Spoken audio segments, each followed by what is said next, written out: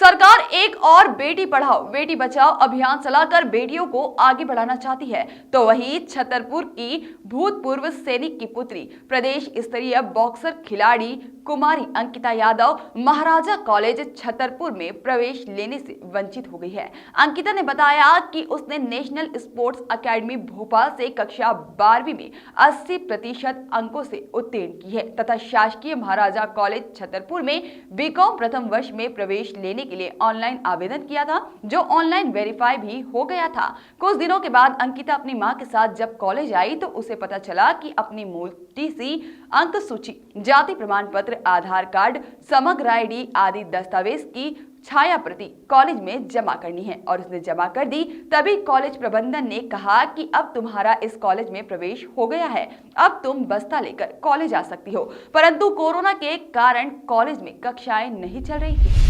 जब वह 8 जनवरी को कॉलेज आई तब उसे पता चला कि उसकी ऑनलाइन फीस जमा नहीं हुई है। इस कारण से उसका प्रवेश कॉलेज में नहीं हुआ।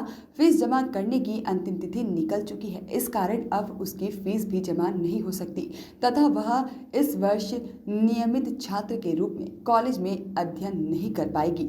उसे एमपी ऑनलाइन एवं कॉलेज प्रबंधन से फीस जमा करने के लिए किसी भी प्रकार की जानकारी व मैसेज प्राप्त नहीं हुआ, जबकि उसने अपना मोबाइल नंबर भी ऑनलाइन आवेदन में रजिस्टर कराया गया था, परंतु न ही उसे मोबाइल पर कोई मैसेज आया और न ही कोई फोन आया और न ही किसी ने उसको फीस जमा करने की जानकारी दी।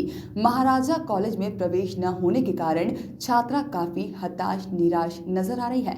बताया जा रहा है कि अंकिता प्रदेश स्तरीय बॉक्सर खिलाड़ी है। उसकी योग्यता के अनुसार उसका प्रवेश नेशनल स्पोर्ट्स अकेडमी भोपाल में हो गया था, जिस कारण से अकेडमी के द्वारा उसकी 12वीं तक की पढ़ाई पूरी कराई गई। वहीं कॉलेज में नियमित प्रवेश लेकर पढ़ाई करना चाहती थी, एनसीसी लेना चाहती थी, उसका सीडीएस में सीधा सिलेक्शन हो सकता था।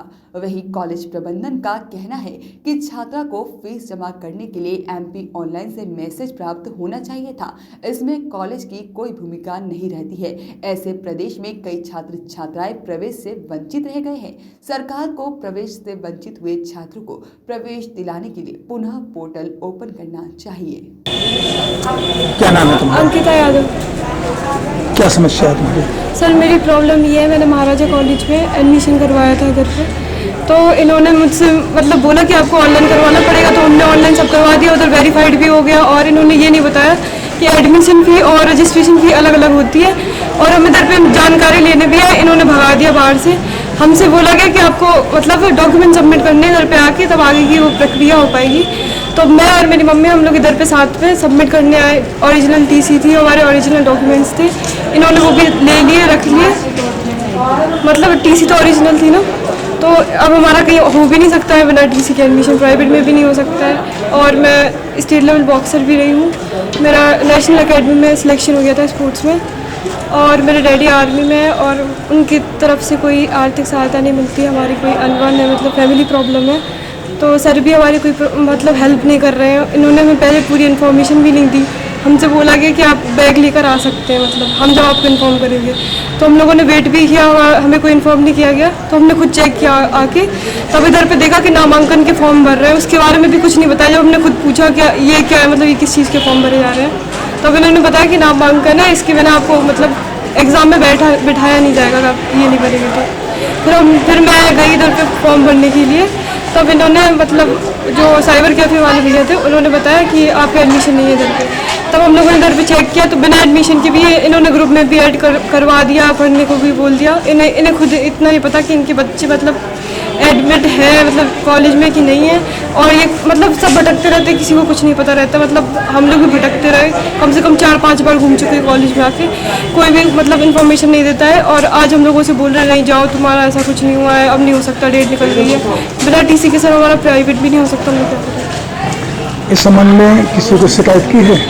सर मैंने प्रिंसिपल सर से कंप्लेन की और कलेक्ट्रेट में जाके भी कंप्लेन की। उन्होंने बोला कि देखेंगे, मतलब कुछ कंफर्म नहीं बताया था, और आज भी बोल रहे हैं कि नहीं हो पाएगा आपको। अब क्या चाहते हो तुम? सर मैं चाहती हूँ मेरा इधर एडमिशन हो, क्योंकि मतलब मेरे अंदर क्षमता है वो करने की, मेरी परसेंटेज भी अच्छी थी, तो ऐसा तो है नहीं कि मेरा गवर्नमेंट में होता नहीं। से मुझे एडमिशन चाहिए इसमें। अच्छा, और एनसीसी वगैरह भी लेना चाहती है? यस सर, मैं मुझे सीडीएस करना है, तो मतलब हमारी आर्मी ऑफिसर वालों के लिए स्पेशल एंट्री रहती है एनसीसी के लिए, तो वो डायरेक्ट इंटरव्यू में भेजा जाता है। सीएम सर ने भी बोला था कि आप डिजर्विंग कैंडिडेट हैं, आपके लिए मतलब हम एक सीट आर्मी वालों के लिए रिजर्व रहती है, तो उन्होंने बोला हम आपको रखेंगे, पर आपका कॉलेज का पहले सॉर्ट आउट करना पड़ेगा, बिना कॉलेज के हम आपको नहीं ले सकते उसमें।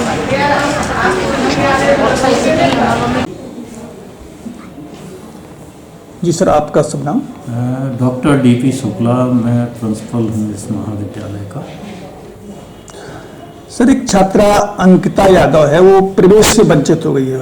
उसने ऑनलाइन आवेदन किया था, लेकिन कहीं ना कहीं उसकी कुछ गड़बड़ियाँ रह गई हैं, तो उसका वर्ष खराब हो रहा। वो एक टैलेंट छात्रा है। उसका कहना है कि वो एनसीसी में भाग लेना चाहती थी और शिक्षा के साथ साथ अन्य गतिविधियों में भाग लेना चाहती थी। वो काफ़ी निराश है, उदास है। तो क्या उसके आगे प्रवेश कराने के लिए शासन स्तर पर कुछ लिखा जा सकता है आपकी तरफ से? देखिए, प्रवेश प्रक्रिया पूरी की पूरी शासन के द्वारा निर्धारित की गई थी और उस प्रक्रिया से मेरे महाविद्यालय के आईटी प्रभारी नायक जी के द्वारा आपको सब बताया गया है। उस प्रक्रिया में कहीं ना कहीं किसी न किसी तरीके की चूक छात्रा के द्वारा हुई है कि उस प्रक्रिया को पूर्ण नहीं कर सकी, जिसकी वजह से उसका प्रवेश कंफर्म नहीं हो सका है। और मेरी सिंपैथी उस छात्रा के साथ पूरी है। अगर वो छात्रा हमें शासन को मेरी तरफ से अगर कुछ पत्र देती है तो मैं शासन को उस पत्र को भेज दूंगा। शासन से यदि हमें उसके प्रवेश के बारे में किसी भी तरीके के निर्देश प्राप्त होते हैं, मैं उन निर्देशों का पालन करते हुए जो भी संभव होगा करूँगा।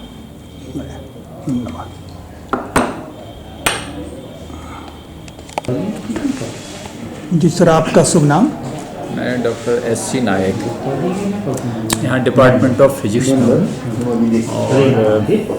और बताइए क्या पूछना चाहते हैं? सर, अंकिता यादव नाम की लड़की ने ऑनलाइन आवेदन किया था एडमिशन के लिए, और उसका कहना है कि उसकी ऑनलाइन वेरिफिकेशन भी हुआ, ऑनलाइन उसकी फीस जमा हुई है और सीट अलॉटमेंट के समय भी वो डॉक्यूमेंट्स भी कॉलेज में दे गई, परंतु उससे अब कहा जा रहा है कि उसका एडमिशन हुआ ही नहीं है और वो आगे कक्षा में नहीं पढ़ पाएगी। क्या वजह है?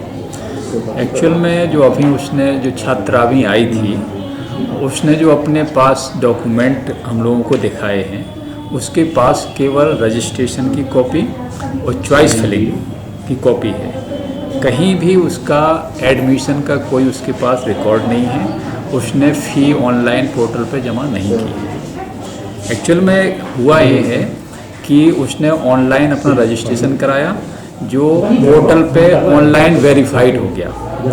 इसके बाद वो कॉलेज जब आई होगी तो जो संबंधित टीम है, जो हमारे यहाँ कॉमर्स डिपार्टमेंट की टीम है, कॉमर्स डिपार्टमेंट में बैठते हैं वो लोग, वहाँ पे पहुँची होगी। उन लोगों ने बताया होगा कि ये ऑलरेडी ऑनलाइन इसका वेरिफिकेशन हो चुका है, अब इसको वेरिफिकेशन कराने की आवश्यकता नहीं है। इसके बाद वो स्टूडेंट्स की वेरिफिकेशन के बाद फिर क्या है कि जो एमपी ऑनलाइन पोर्टल है, वहाँ से कंसोलिडेटेड लिस्ट जारी हुई होगी। लिस्ट जारी होने के बाद इसको अपना पोर्टल पे जा कर के फीस जमा करनी थी। वो फ़ी इसके द्वारा जमा नहीं की गई, इसलिए इसका एडमिशन नहीं हो पाया।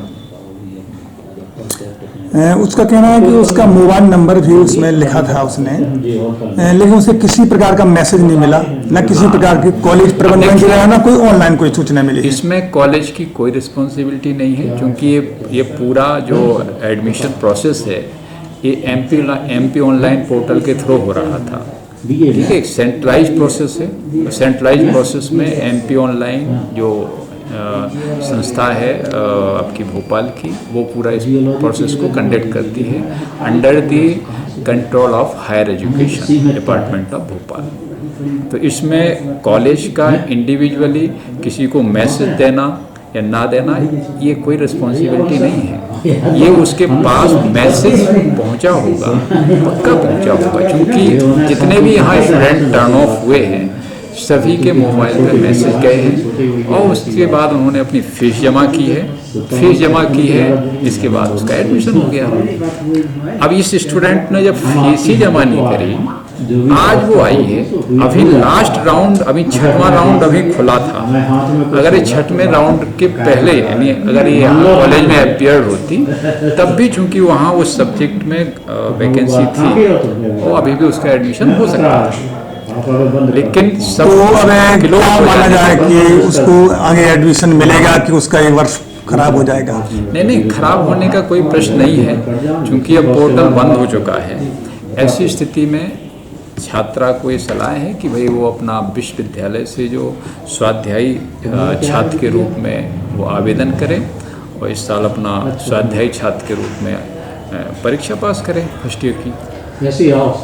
उसका कहना है कि वो एनसीसी भी लेना चाहती थी, बहुत इच्छुक थी, तो स्वाध्यायी छात्र को एनसीसी तो मिलेगी नहीं। अब ये चूँकि पता नहीं हमें, स्वाध्यायी छात्र को तो पता नहीं है एनसीसी की। ये कहीं ना कहीं बच्ची की देखिए उसको मिसकम्युनिकेट रही, क्योंकि हमारे डिपार्टमेंट ऑफ जो कॉमर्स है उसमें लगभग 400 नए विद्यार्थियों ने बीकॉम में एडमिशन लिया है। अब ये केवल एक सिंगल केस ऐसा है जो अभी रिपोर्ट हुआ है। मध्य प्रदेश सरकार बेटी पढ़ाओ बेटी बचाओ अभियान चला रही है, तो क्या इस प्रकार से अगर बच्चियों की शिक्षा रुक जाएगी तो इस अभियान को धक्का नहीं लगेगा? कहीं नहीं, किसी प्रकार से न रुक रही है। देखिए, जब ये ऑनलाइन प्रोसेस पूरे एमपी में चल रही है एडमिशन को लेकर के, ऐसी स्थिति में जागरूक रहना, गार्जियंस को जागरूक रहना, विद्यार्थी को जागरूक रहना ये बहुत ज़रूरी है। इसका क्योंकि ये टाइम बाउंड उनका प्रोग्राम होता है, उस समय में अगर हम चूक जाते हैं, अगर उस समय में हमने अपनी फीस जमा नहीं कर पाई या जो भी टास्क पोर्टल द्वारा दिया गया है, अगर स्टूडेंट ने वो पूरा नहीं कर पाया तो वो पीछे चला जाता है। इसलिए सबसे महत्वपूर्ण चीज़ है कि स्टूडेंट्स को और गार्जियंस को बहुत ही अलर्ट रहने की ज़रूरत रहती है। शासन ने पूरा अवसर दिया, यानी 6 राउंड करवाए उन्होंने, 6 अतिरिक्त राउंड। एक मेन राउंड हुआ, इसके बाद 6 और राउंड कराए कि कोई भी विद्यार्थी छूटे ना, कोई भी विद्यार्थी ऐसा ना हो जो प्रवेश से वंचित रह जाए। इसके बावजूद भी अगर स्टूडेंट या गार्जियंस नहीं चेतता है, उसको नहीं फिक्र कि भाई मुझे मेरा एडमिशन नहीं हो पाया है, तो इसमें किसी की क्या गलती है? उसका आरोप है कि प्राइवेट कॉलेजों को लाभ पहुंचाने के लिए कहीं ना कहीं कॉलेज प्रबंधन इसमें गड़बड़ियां करवा देता है। ये सब झूठा आरोप है, ऐसा कभी कोई सोच ही नहीं सकता है। ये टोटल ट्रांसपेरेंट ऑनलाइन प्रोसेस है, इसमें कभी भी कोई ऐसा सोच भी नहीं सकता, ना कभी कोई कर सकता है, क्योंकि एक किसी के हाथ में नहीं। जैसे ये मामला अब आपके संज्ञान में आ गया है, तो क्या आप उच्चाधिकारियों को लिखेंगे उसको स्पेशल अनुमति दी जाए प्रवेश के लिए? ऐसा कुछ मांग करेंगे उच्च शासन के स्तर पर?